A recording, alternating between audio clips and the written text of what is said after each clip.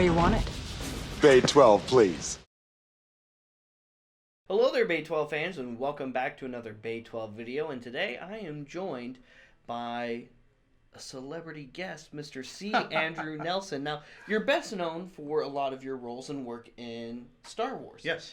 But you've also had your hand in a lot of other projects. Oh, yeah. And a lot of other fandoms that many people love and enjoy. Yes. A lot of cool science fiction stuff. Yeah. Some fantasy. Yes. Some animated. Yes. And otherwise. Yeah. So, how did all this get started? Where did Yeah. C. Andrew Nelson, or as some might call you, Candrew Nelson, where did you get started in film? Okay. Well, I'm an actor. I'm a visual effects artist. I'm an animator. I'm a voiceover performer. Mm-hmm. Genuine Dark Lord of the Sith. But I got started. I started acting when I was 10 years old. Started off in theater, Mm-hmm. and then eventually got some small roles in films and television, and kept building it up from there. But as far as like the technical side of things, I guess my original start I got in cable television. Back in the day, there used to be, before the internet, before any of the things like we have now with the World Wide Web and all that sort of thing. It was mandatory. It was mandated by law that every municipality, every city had to have, if they had a cable system there, they had to have a local access TV station, Mm-hmm. so that the public could, with approval, put out some kind of programming there. So I worked at a cable access TV station in a small town in the San Francisco Bay Area, Mm-hmm. and it was right out of high school. I had taken a television production class in high school, and I was working at this TV station, a very small TV station. So we were producing this local programming, and if you've ever seen the Wayne's World sketches on Saturday Night Live, it was kind of like that. You know, it was the sort of one camera thing and extreme close up and everything, to the point that Dana Carvey was actually working at this exact same TV station when I first started there. So That's funny. So I know he drew on that for those sketches. So, but I did that for quite a while. That was my first, in as far as doing that sort of stuff. But I was always interested in effects and animation. I originally wanted to be the next Ray Harryhausen. I wanted to do stuff like you saw in Seven Voyages of Sinbad and Jason and the Argonauts and that sort of thing. That was what I wanted to do. And I was studying to do stop motion and that sort of stuff. I had been shooting stuff with my Super 8 film camera. If you ever seen the J.J. Abrams film Super 8, that was me. I was that kid with the Super 8 camera. Also, I was the kid that was trying to impress the girl, so she, put her in the film so that maybe he could actually talk to her because he was such a nerd and everything. I mean, minus the alien invasion. That part was, that didn't happen. You didn't have any alien invasions? No, we couldn't afford it at our school. So, but that was me. I was that kid, and so I taught myself how to animate and everything. And then one day, in the summer of '77, I remember. I went to see, with my friends, I went to go see this obscure little science fiction film. You probably haven't even heard of it. It was called Star Wars. No? Doesn't ring a bell? Okay. No. Okay. Did you see Alien by chance? I've seen that. I've seen that. Here on Bay 12. Yeah, okay. I've seen Alien. Oh, yeah, sure. Okay. Okay. So, summer of '77, my friends and I were standing, it's like maybe 3 weeks after Star Wars had come out. Okay. And this is back when it was just called Star Wars. There was no Episode 4, there was no New Hope. No it was New just called Hope. Star Yep, Wars just because Star George Wars. didn't know if he was going to get to make anymore. And it's 3 weeks. The film has only been out for 3 weeks, but it's already just crazy. And the lines are just huge. And we stood in line for like 2 hours just to get a ticket. Then we had to stand in an equally long line for another 2 hours to get into the theater. And I remember, I don't know how it happened. I'm going to say divine intervention, but I remember getting the absolute best seat in the theater that day. And that opening shot where the Rebel blockade runner flies right over your head, followed by that massive Star Destroyer, I looked up at the screen, I thought, oh, I want to do that for a living. The problem was there was nowhere to go to learn how to do that for a living. Well, yeah, because we don't have spaceships. Because, it's not just that. Oh. They're just movies, Bobby. Wait, is that not what you... I thought you meant you wanted to chase... I wanted to do the... space No, I rebels wanted to and do the shoot visual at 'em. effects. I wanted to do the visual effects for these things. Gotcha. So it's like, set aside the stop motion animation. I wanted to do visual effects. Yeah. And so, but the problem was that the guys that were doing that for a living, they were making that up as they went along. This is all brand new territory as far as effects were concerned. But I remember I drove my father crazy, literally having him drive me all over the San Francisco Bay Area, which is where I'm from, and just to go to every comic book shop, every magazine stand, every bookstore, every library, just get some kind of information about how they made these movies. Because we didn't have the internet back then. There was nothing to look. Couldn't just Google it or something like that. And so I find little bits of information, and I experiment with my Super 8 film camera, and some of it turned out okay, and some of it not so okay. But I learned, and I kept working on it. Well, it took a while, but I eventually started doing effects. I actually originally started doing it for games. So okay. yeah, I got brought in for a game. There was a company called Luminaria, and they were doing a game called Wrath of the Gods, which was sort of a humorous but educational game all on Greek mythology. Okay. And I was brought in as an actor. So was my wife, Veronica Loud. She was brought in. We were cast in the sort of prototype. They were trying to get funding to actually make the game, and we're playing some of the Greek characters in this thing on green screen, and then when they got the funding for it, I was the only actor that was held over from the mock-up version for the real version. And I ended up actually helping them with some of the effects and helping them with as a production assistant for that. And I thought, okay, I want to keep doing this. How do I keep getting deeper into this, and how do I work this? So I sent my resume everywhere, everywhere I can think of, every studio, every TV station, every game company, everything. Got a lovely stack of rejection letters. Wow. Yeah, some of which I still have to this day. Just to remind myself. So the problem was that I was doing it wrong. And this is good advice for anybody. If you're trying to get any job anywhere, those books that say resumes that knock them dead and cover letters that knock them dead? Take them and put them in the recycling bin. They are worthless. All they do is they teach you how to sound like everybody else. And nobody's going to hire you for that. They want individuals. They want to know that you've got talent, that you've got smarts, that they want to know who you are. Your demo reel or your portfolio shows people what you've done. Your resume the demo reel shows you what you can do. The resume shows you what you've done, but your cover letter is what is their first chance of meeting you. And I was doing it all wrong. So finally, one day I see a notice for an ad. They were looking for somebody for customer support for LucasArts. Well, it wasn't even called LucasArts then. It was called Lucasfilm Games. Okay. And I saw, this is it. This is my foot in the door. But I changed my tactics, and I saw they had like 5 things they were looking for for somebody for this position. So I listed their 5 things in my cover letter, and I listed my 5 equivalents. And then I honestly told them, here's why I want to work for you.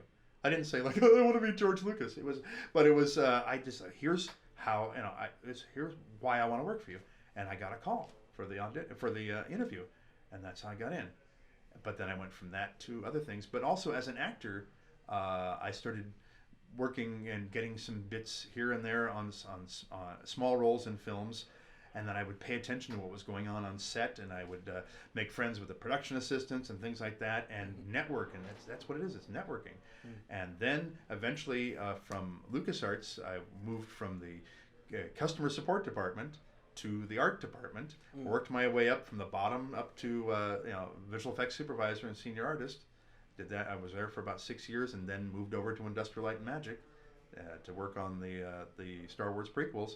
But then stayed on to work on a lot of other films, and then went on to teach from there for a while at the Academy of Art University. I ran the visual effects department there for about 2.5 years.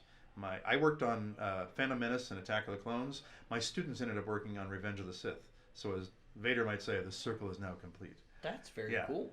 But then went from there to freelancing and doing a lot of effects and animation consulting for various films and television shows and commercials and games and that sort of thing. So is that where some of these other films that you worked on came from? So let's start with probably the one that's the most exciting. Let's start with Galaxy Quest. Galaxy Quest. That is my favorite project, film project that I've worked on. It's also my favorite film. I have often said that if the last known copy of Galaxy Quest and the last known copy of Citizen Kane are in a burning building, and I only have time to run in and save one of them. Well, goodbye, Rosebud. I'm keeping Galaxy Quest.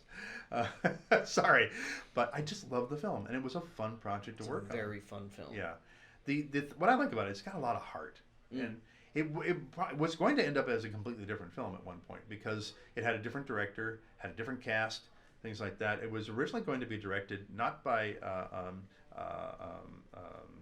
Dean Pariseau, who ended up directing it, but it was originally scheduled to direct was Harold Ramis. Oh, Yeah.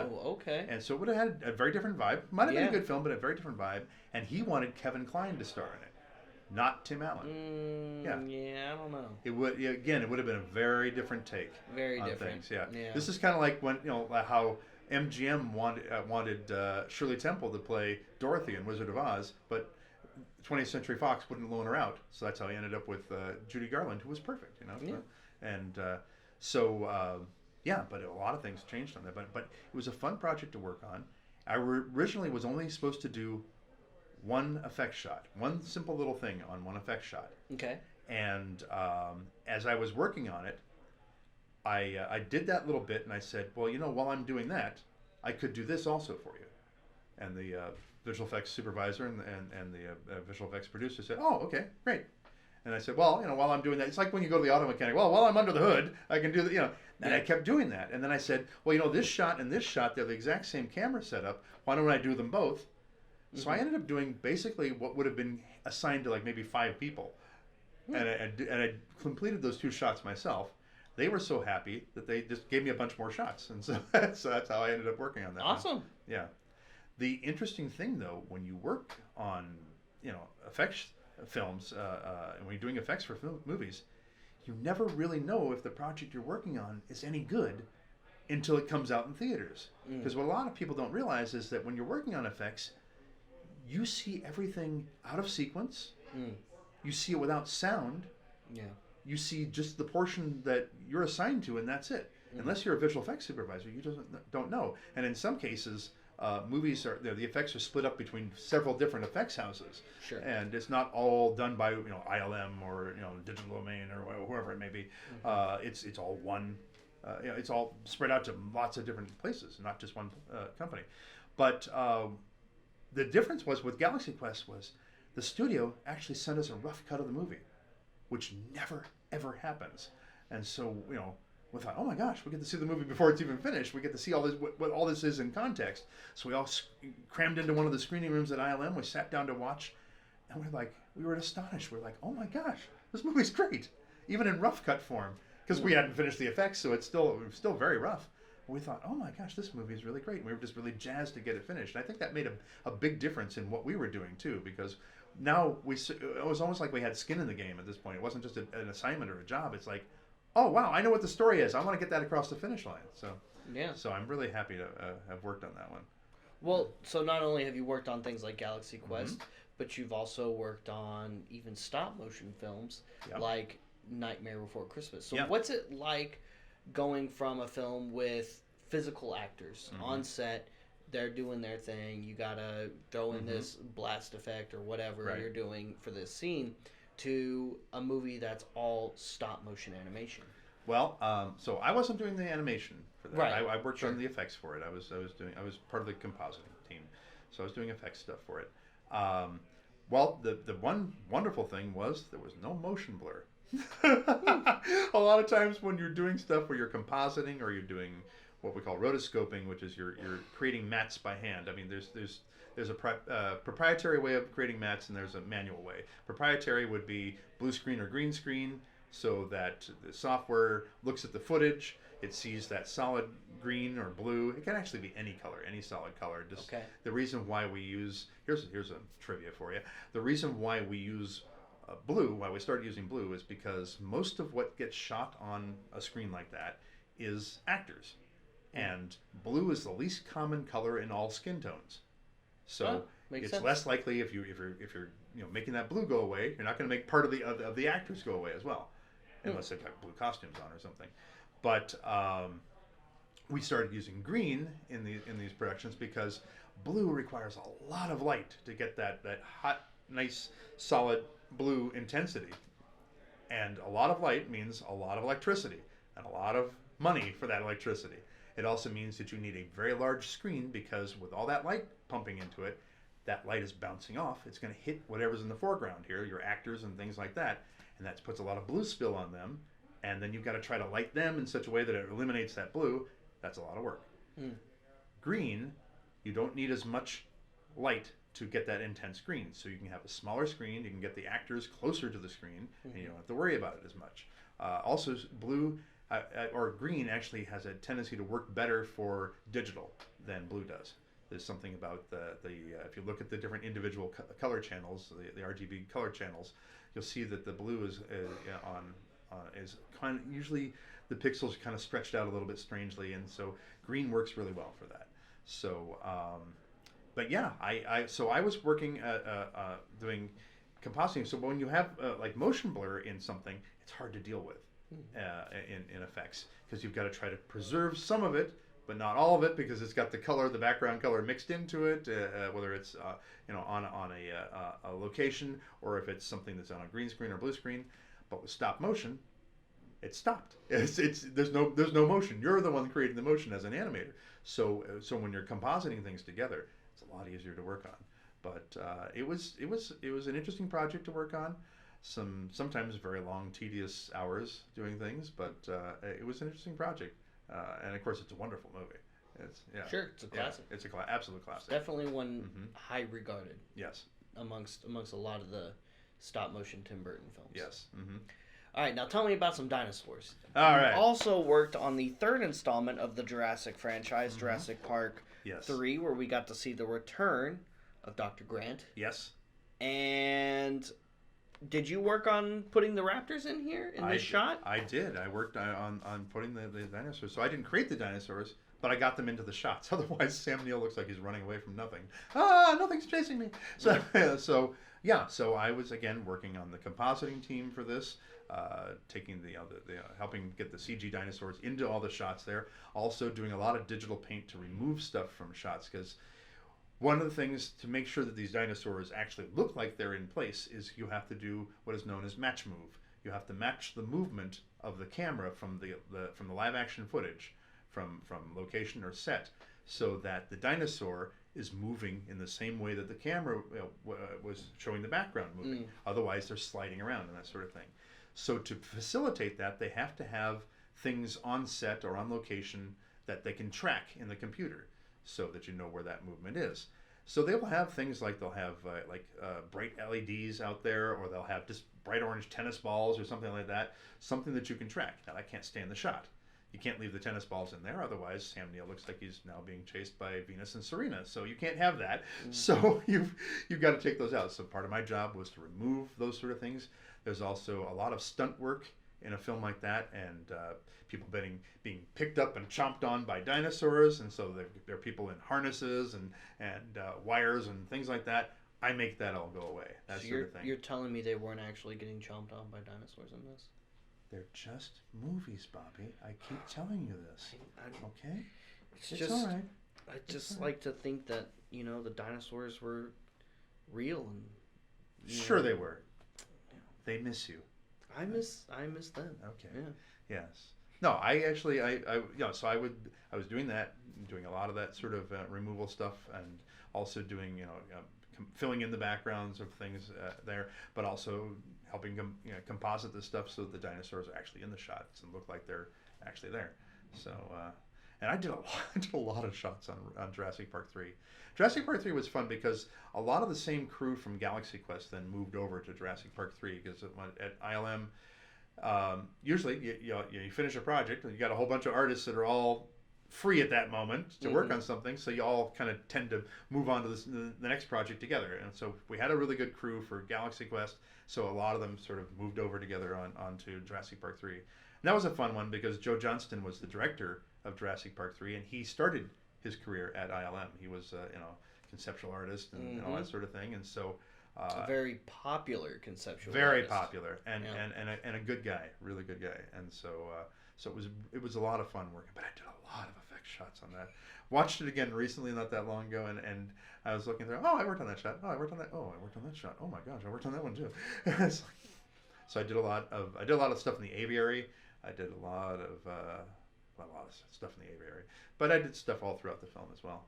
So That's very cool. yeah. All right, and tying back, we talked about a thing called Star Wars or Star Wars, yeah. something, Yeah. whatever that is. Mm-hmm. I've heard there's a couple of very famous actors in those films. One Mhm. guy, you might have seen him in lots of stuff. His name is Samuel L. Jackson. Yeah. And another guy who was a star in Star Wars, was it? Called Hayden Christensen. Yes. Now, this is another film you worked on, and this is a film that came out shortly after Revenge of the Sith, Yes, it did. Mm-hmm. called Jumper. Jumper. It's about a knit sweater. No, sorry. Is that That was it? a joke for all my friends in the UK. Is that it? No. Oh. No. That's what they call sweaters in the UK. Jumpers. Jumper. Yes. Okay, so this was a movie starring Hayden Christensen Yes. and Samuel Jackson Right. and a bunch of other really awesome, talented Really? actors Yeah. and actresses. Incredible. Yes. And also an incredibly underrated film. An awesome, Really good film. very fun film Yeah. to watch. Yeah. And what all did you do on Jumper? I have a tendency to specialize in what I refer to as invisible effects. Okay. So if I do my job right, nobody knows I've done anything at all. Okay. If I do my job wrong, everybody notices. So I was doing background replacements for a lot of things. Okay. So it was shot on maybe one location or a studio thing, and they decide, no, we don't want that. We want something else there in the And then background. he jumps somewhere And else. yeah, so then not just that he jumps, I actually have to replace the background, and so that when people watch it, they never even suspect that it originally had a different background in there. So I okay. did a lot of that on Jumper. So that was what I was doing for Jumper, was that sort of thing. And that means you're tracing the outline of the actors every single frame to isolate them from the footage. You're bringing in the new background that's been created. The actors being composited on the new background, making sure that the lighting of the background matches the lighting of the actor, and it's very precise, and you have to make sure the color balance is right.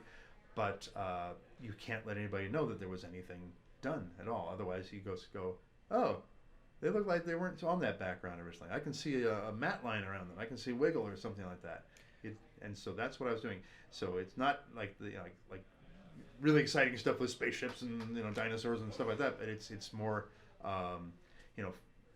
doing things where you just don't notice that there's actually effects there. And if somebody says to me, "Oh, I didn't know there were any effects in that sequence," I go, "Thank you. You just gave me a great compliment." So with that in mind, with a film premise where he's just constantly traveling, Yeah. just at the Mm-hmm. drop of a hat wherever he Right. wants to go, Mm-hmm. I imagine this was probably one of your more challenging projects you worked on. It is. It was very challenging. Yeah.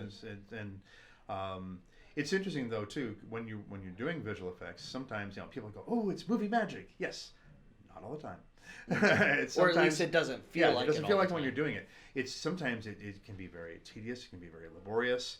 But when it's done, and you look at you play it back. You play back the finished clip. You go, "Wow, look what we did." So that was one of those films too, where it's like you go, "Wow, look at that." It's like that's really cool. And if you've never seen Jumper, go see Jumper. Find it somewhere, rent it, It's got to stream be. it, It's got to something be like that. streaming on something. Oh, it's got to be. But gotta be streaming they on were supposed to have done a whole series of them. They were going to do a whole. There's a whole book series. They were going to do a whole film series, but it just didn't. It just didn't do well at the box office. And they did Hunger Games instead. That's a shame. Yeah, that's a big shame. I'm That's sorry, a I'm big not a shame. big Hunger Games fan. You're not either. No. That's okay. No.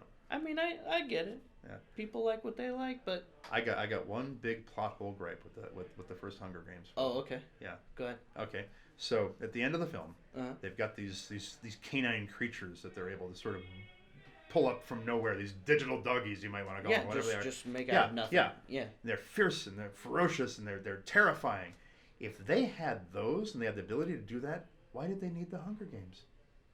Why did they need the Hunger Games at all? They could have just used those to manipulate and control people. Or that kind of technology to Yes. just construct whatever out of Exactly. nothing. That's a good point. the Hunger Games were absolutely unnecessary at that point, and it completely blew it for me. And my daughter was arguing with me. But in the book, it's like, this is not a book. I'm watching a movie. Yeah, That's but in the true. book, it's like, no, sorry, I'm watching a movie. Yeah. This movie just fell apart right here, Wow. and so I never went beyond the first film. I heard the other films were better, but I couldn't get past that big, stinking, huge plot hole in there. So yeah. I have seen all the films. Okay. You didn't miss much.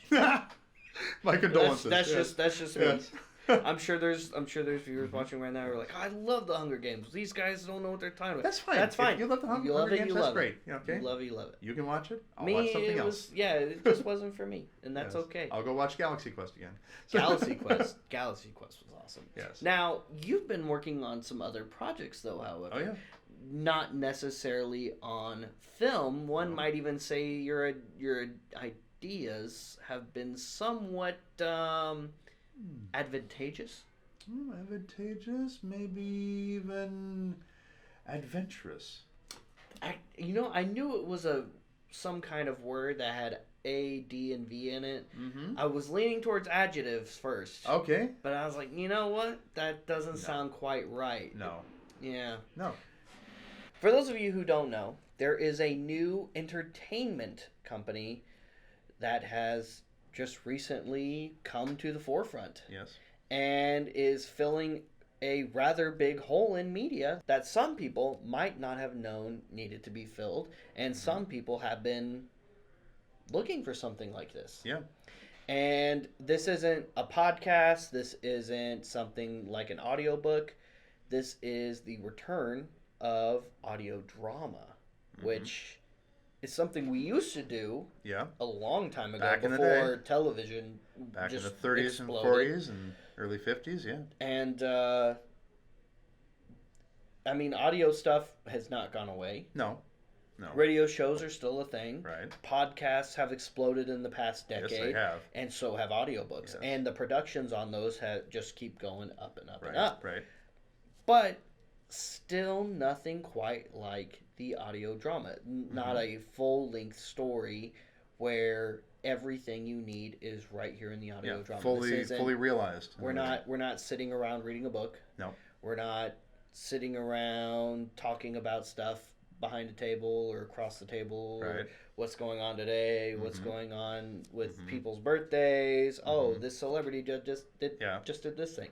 None of that. This No. is its own series of stories Right. with their own seasons and actors, and it's something very cool and new and exciting.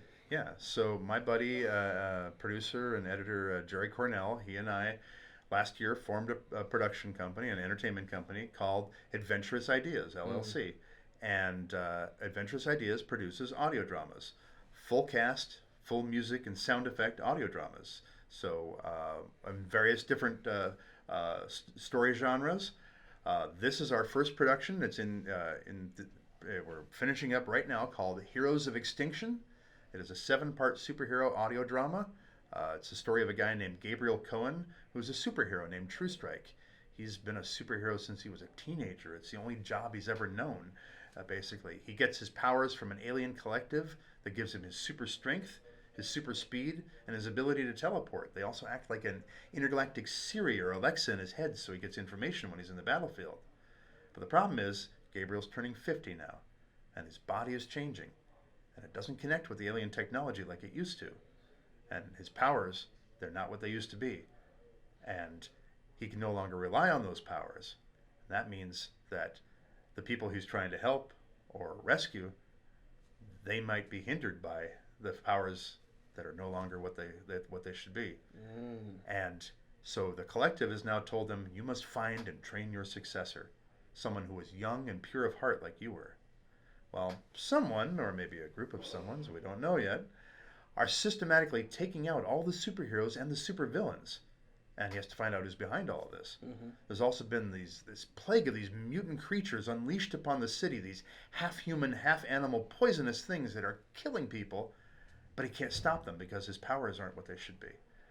And the love of his life, a scientist who may have been involved with the creation of these mutants, has been killed by one of them. So he has to mourn her death. He has to band together with the remaining heroes and villains to stop these creatures. He's got to find out who's behind all of this, and he still has to locate and train his successor. All while his powers are failing. All too. while his powers are failing. And everybody is dying around him. Yes. That's a lot. That's a lot. That's yes. a lot to deal with. And so we actually we conceived of this as a COVID lockdown project, believe it or not. It was a bunch of us creative types. We were all stuck at home, writers, artists, actors, and everything. And we had nothing to do. It was no production, no post-production, no conventions, nothing to do. And so my buddy, Jerry Cornell, he came up with the idea for Heroes of Extinction.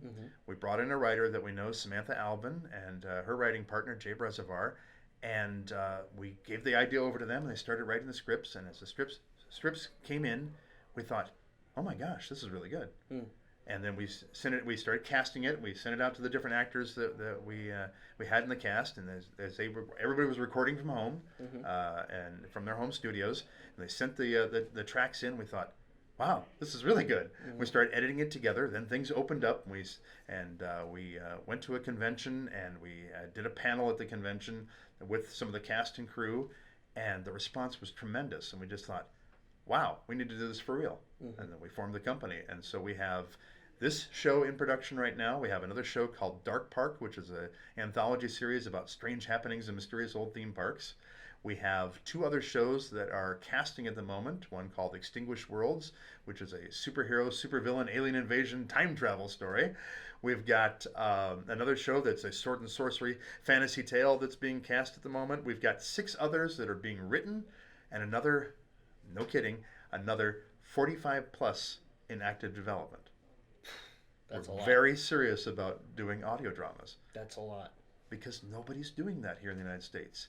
I mean, if you go over to the UK, you've got Big Finish Audio that does all the Doctor Who audio dramas. Do a really wonderful job with that. They use, have a lot of the original actors involved in that as well. They do Torchwood. They've got the license for Space 1999 and Dark Shadows and things like that. But nobody's doing that here, and all of our stuff is original IP. So it's all created by us there, and so it's been amazing. And also the amazing part is that we don't even go around like asking all of these different actors and writers to work with us. People invariably will meet them at conventions or some other event, and they'll say, oh, what are you working on? We tell them what we're working on. They go, oh, I'd love to work on something like that. And that's how we've gotten the cast. We've got, like, even for Heroes of Extinction, we've got a wonderful cast of actors that have been involved with Star Wars, Disney, Marvel, Pixar, even Super Mario. And it's great. We've got, and for our other projects coming up, we've got actors from Star Trek, Game of Thrones, Harry Potter, Doctor Who, Torchwood, James Bond. It's been phenomenal. So that's what we're working on now. So and it's a big undertaking, but it's a lot of fun, and it's great. And I think it does, like you said, it just sort of fills a niche that has been there that hasn't been tapped into for a long time. So, well, I'm excited. Yeah. I'm excited, and you can listen to the first episode now on the website, adventurousIdeas.com, or even here on YouTube, you guys. Find the Adventurous Ideas YouTube channel. Yep. It's just YouTube/@AdventurousIdeas or just @AdventurousIdeas. Right. Another good way to really find that first episode real quick, because there's other content on the Adventurous Ideas YouTube channel. There's a podcast on there interviewing many of the cast, writers, and crew working on that various projects of Adventurous Ideas. Just look up here on your search bar, Heroes of Extinction. That's how I found it and subscribed. I found it real quick. Again, that first episode, the first taste is free. That's and right. it's a good length episode, 45 minutes. About 45 minutes, yeah. 45-minute episode. So this isn't going to be just some short, intermittent 5, 10 to 20-minute episodes. These are nice, lengthy series, so that when you're doing whatever it is, if you were like to listen to a podcast or like to listen to an audiobook and you're in for the long haul, this is definitely one of those kinds of stories, but full production. I mean, it's like you're listening to a movie. We put you right in the story. That's the thing. And also, like for Heroes of Extinction, I serve as the co-producer along with Jerry Cornell. I'm also the director, and I'm the narrator, which means I've got more dialogue than anybody else because I got to tell you what you can't see. But my job as a narrator is to place you. I represent the audience. I'm placing them right in the middle of the scene, but I'm also. it's almost, the wonderful thing is that our writers actually wrote to the strengths of all the actors that have been cast in this, so that as they were hearing the tracks that were coming in, they also, we would do table reads through Zoom. We would all get together and read the script. That's a standard Hollywood type term for a table read. You get around a table and you read something. Well, we were doing it virtually through Zoom, and as the writers were listening to that, they were able to play to the strengths of the different actors and adapt the scripts to them. And so even with the narrator, so even the narrator becomes a character in this whole thing in a sense. So it helps to put you right into the middle of it there. Actually, there is one actor that's kind of interesting that's in this project. You might even know them. Is it C. Andrew Nelson? Well, I'm already in there, yeah. Oh, I'm there. okay. But there's somebody else. Actually, it's somebody in this room right now.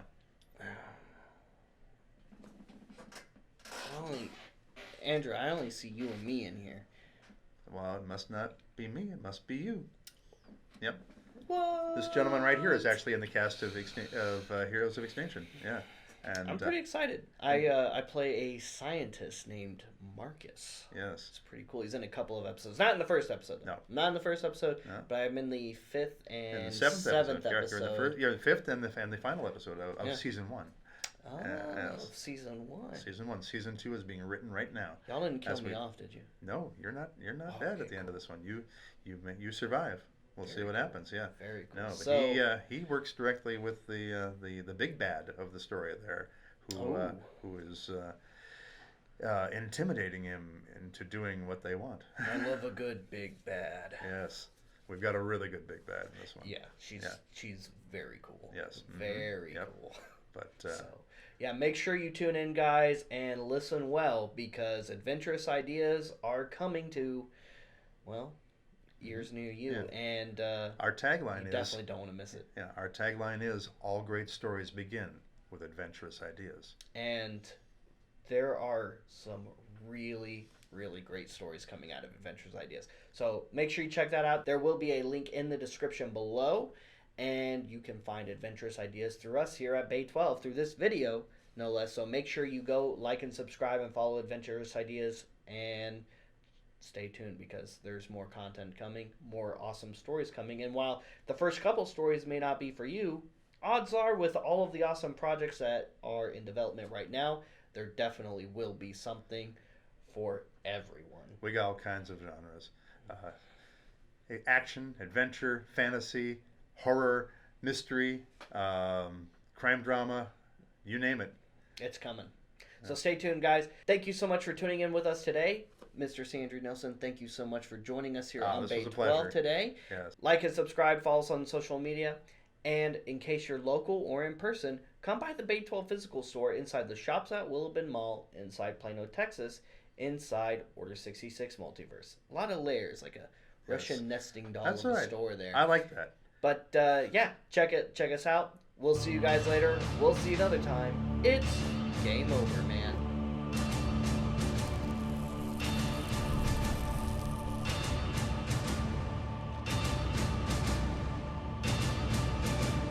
That's it, man. Game over, man. It's game over.